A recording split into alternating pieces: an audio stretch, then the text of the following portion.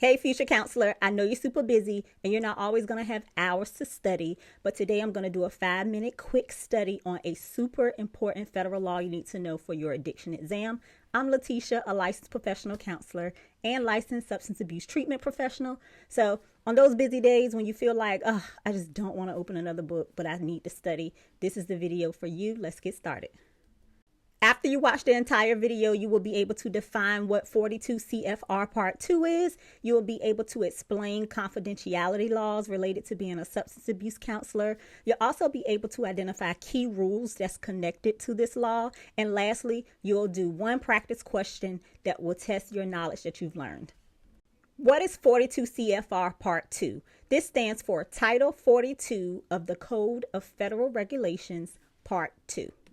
Let's break down what 42 CFR Part 2 actually stands for. The 42 refers to Title 42, which covers public health and federal law. CFR means Code of Federal Regulations, basically the book of all U.S. government rules. And Part 2 refers to the specific section that deals with confidentiality and substance use patient records.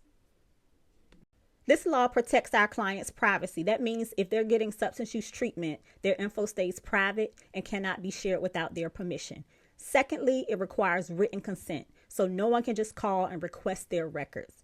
Thirdly, it's actually more strict than HIPAA due to the stigma that comes with getting drug treatment and substance use services.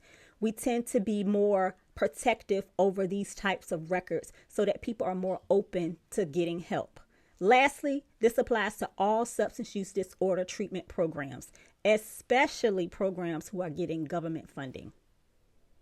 42 CFR Part 2 was created to prevent discrimination against people who are seeking recovery. No one should lose their job or face judgment just because they are getting help for a substance use disorder. Secondly, it protects the privacy by keeping sensitive treatment information confidential. Thirdly, it encourages people to seek help without fear. And lastly, it sets strict rules for sharing substance use disorder information. There are a few instances where substance use disorder information can be shared without consent. The first is during a medical emergency. Info can be shared to save the life or prevent serious harm. Secondly, through a court order, only when a judge specifically authorizes the release.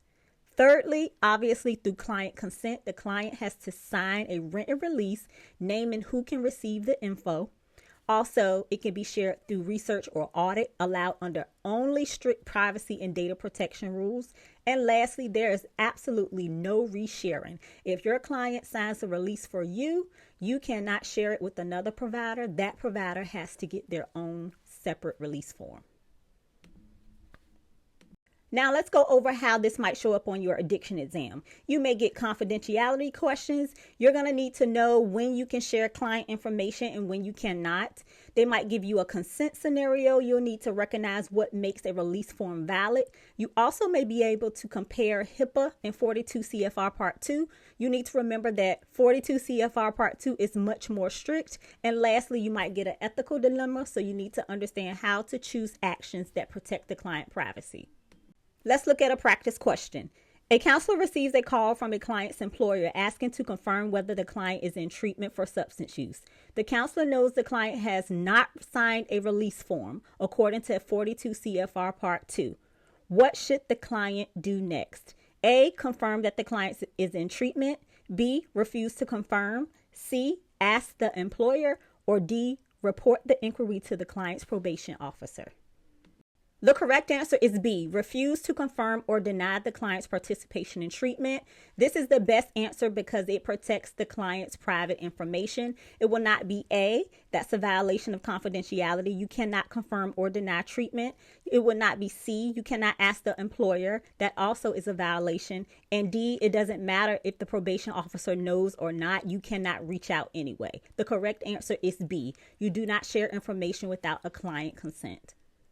Today's key takeaways from our quick study on 42 CFR Part 2 include: it protects privacy, it requires a written consent, it's stronger than HIPAA, it has limited exceptions, and you must know it to pass your exam. You need to understand how to answer questions on confidentiality, consent, and making ethical decisions to protect your client's privacy. If this was helpful, go ahead and subscribe so you can be up to date on all new study videos and prepared to pass your addiction exam.